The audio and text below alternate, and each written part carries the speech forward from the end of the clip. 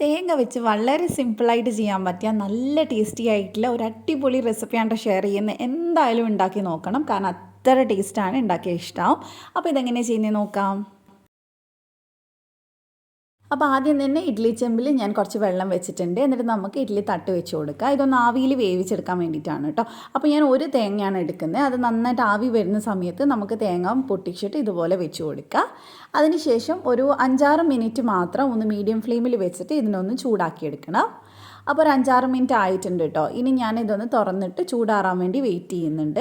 അപ്പോൾ ഇനി ഇത് ചൂടാറിയതിന് ശേഷം നമുക്ക് തേങ്ങ ആ ചട്ടയിൽ നിന്ന് ഒന്ന് വിടുവിപ്പിക്കണം. അതിന് വേണ്ടിയിട്ട് സൈഡൊക്കെ ഇളകി വന്നിട്ടുണ്ടാവും കേട്ടോ. അപ്പോൾ ഒരു സ്പൂണിൻ്റെ അറ്റം വെച്ചിട്ട് ഒന്ന് ജസ്റ്റ് ഒന്ന് എല്ലാവരുടെയും ഒന്ന് ചുറ്റിച്ച് കൊടുത്താൽ മതി, ഒന്ന് കയറ്റിയിട്ട് ഇതുപോലെ. അപ്പോൾ ഈസി ആയിട്ട് തന്നെ റിമൂവ് ആയിട്ട് വരും കേട്ടോ.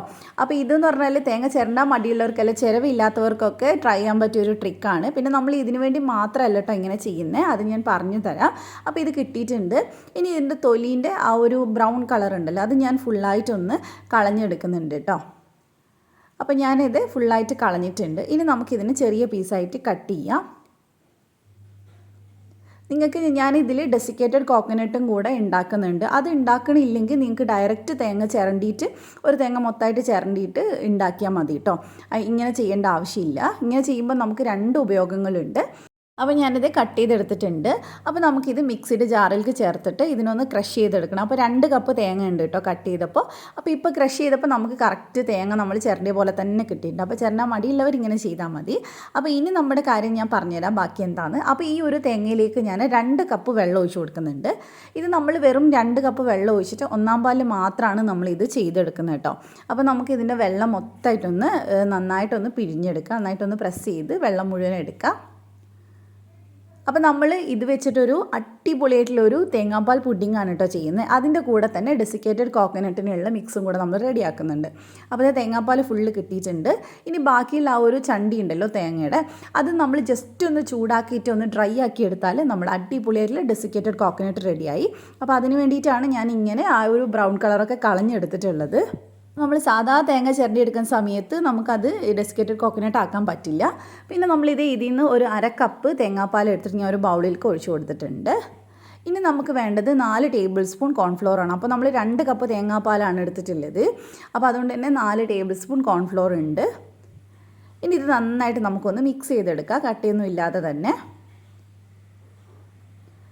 ഇനി നമുക്ക് പാലൊന്ന് ചൂടാക്കി എടുക്കണം. അപ്പോൾ ഞാനിവിടെ ഒരു പാൻ വെച്ചിട്ടുണ്ട്. അതിലേക്ക് നമുക്ക് തേങ്ങാപ്പാൽ ചേർത്ത് കൊടുക്കുക. തേങ്ങാപ്പാൽ ഹൈ ഫ്ലെയിമിൽ ഇട്ട് ചൂടാക്കരുത് കേട്ടോ.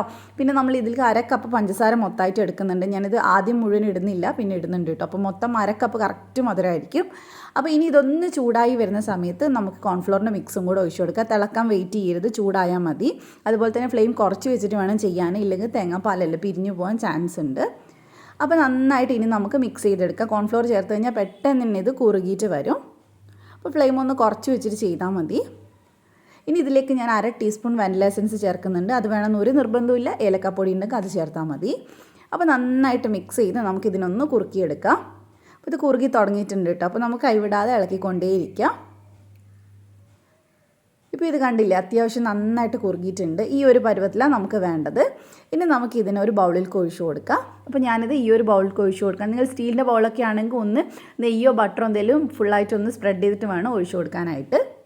ഇനി ഇത് നന്നായിട്ട് ചൂടാറിയതിന് ശേഷം നമുക്ക് ഇതിനെ ഒന്ന് തണുപ്പിച്ചെടുക്കാം. അപ്പോൾ 1-2 മണിക്കൂർ ഒന്ന് തണുപ്പിച്ചെടുത്താൽ മതി. ഇപ്പോൾ നന്നായിട്ട് തണുത്തിട്ടുണ്ട്. ഇത് സൈഡൊക്കെ വിട്ട് വന്നിട്ടുണ്ട്. ഇനി നമുക്കിത് സെർവ് ചെയ്യാം. ജസ്റ്റ് ഒന്ന് തിരിച്ചിട്ട് കൊടുത്താൽ മതി കേട്ടോ. അപ്പോൾ അതിൻ്റെ മേലെ ഞാൻ ജസ്റ്റ് ചെറിയൊക്കെ വെച്ചിട്ടുണ്ട്. കണ്ടില്ല, നല്ല ജെല്ലിയായിട്ട് ഇരിക്കണേ. ടേസ്റ്റ് ഒന്നും പറയാനില്ല, അസാധ്യ ടേസ്റ്റാണ്. ഉണ്ടാക്കി കഴിഞ്ഞാൽ ഉറപ്പായിട്ട് ഇഷ്ടമാവും. ശരിക്കും പുഡിങ്ങിൽ ഏറ്റവും രുചിയുള്ള പുഡിങ് നമുക്ക് വേണമെങ്കിൽ പറയാൻ പറ്റുന്നൊരു പുഡിങ്ങും കൂടിയാണ് കേട്ടോ ഇത്. അപ്പോൾ നമുക്ക് കട്ട് ചെയ്യുമ്പോൾ തന്നെ മനസ്സിലാവും എത്രത്തോളം നല്ല ജെല്ലി ആയിട്ടുള്ളത് എന്നുള്ളത്. അപ്പോൾ എന്തായാലും എല്ലാവരും ഒന്ന് ട്രൈ ചെയ്ത് നോക്കുക.